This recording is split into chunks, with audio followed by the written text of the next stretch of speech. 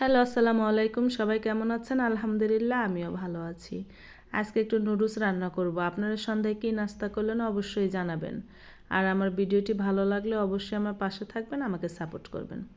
নুডলসে আমি 2টা ডিম দিয়ে দিব। নুডলসে একটু ডিম বেশি না হলে কিন্তু ভালো লাগে না খেতে। দেখেন ডিম 2টা দিয়ে নিলাম, এখন ভালো করে ভেজে নিব। আপনারা কিভাবে নুডলস রান্না করেন অবশ্যই জানাবেন। সবজি নুডলসও কিন্তু ভালো লাগে। এটা যেহেতু ম্যাগি নুডলস, এজন্য আমি সবজি দিইনি। আর কোকোলা নুডলসের মধ্যে সবজি, ফুলকপি, তারপরে গাজর এগুলো দিলে ভালো লাগে। এখন আমি মশলাটা দিয়ে নিলাম, নুডলসের মশলাটা। এখন আমি আরও ভালো করে ভেজে নেব। এখন দিয়ে নিব সিদ্ধ করা নুডলস। নুডলসটা নিয়ে ভালো করে আমি নেড়ে নিব ভালো করে।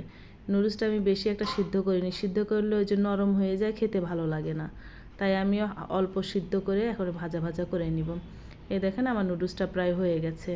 এখন আমি এটা হয়েছে একটা বাটিতে নিয়ে নিব আমার ছেলের জন্য। আর দিয়ে দিব সস। আমি কিন্তু সস হাতেই বানাই, যেহেতু আমার সসটা শেষ হয়ে গেছে সেজন্য এবার দোকানের সসটাই নেওয়া হলো। কেমন হয়েছে অবশ্যই জানাবেন। আমার ভিডিওটি ভালো লাগলে অবশ্যই আমার পাশে থাকবেন। আল্লাহ হাফেজ।